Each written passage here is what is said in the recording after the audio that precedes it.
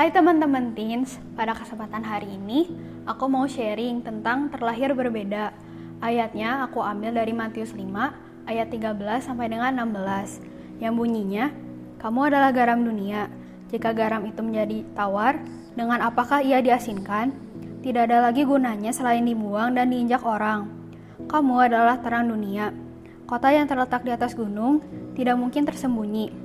Lagi pula, orang tidak menyalakan pelita lalu meletakkannya di bawah gantang, melainkan di atas kaki dian sehingga menerangi semua orang yang ada di dalam rumah itu.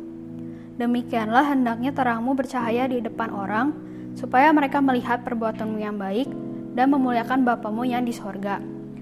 Sebagai orang percaya, kita pasti sering banget mendengar ayat ini.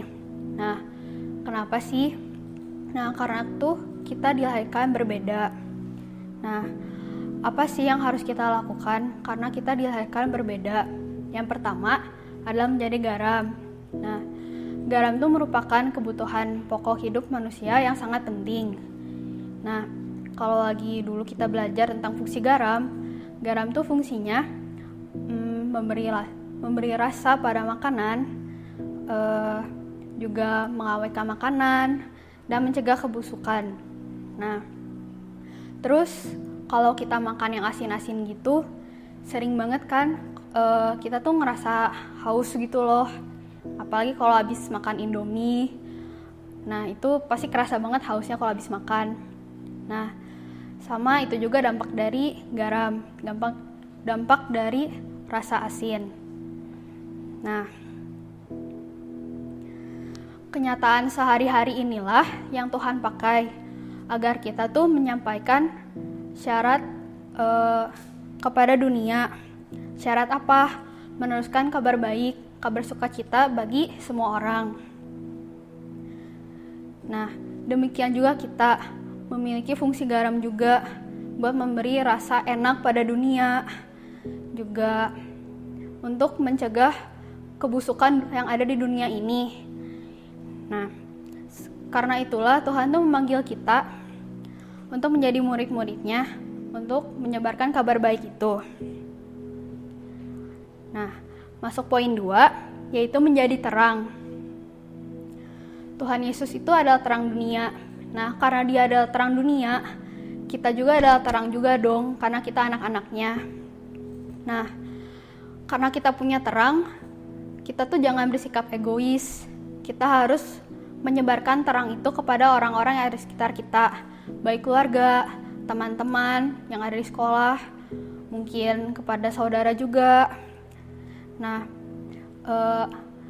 dari terang itu muncul kasih.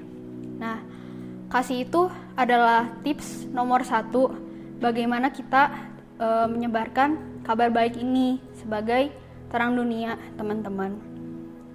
Nah, kita gak boleh simpan cahayanya itu sendiri. Kasih itulah yang memberikan kita terang untuk menerangi orang lain juga. Nah, jadi aku mau cerita.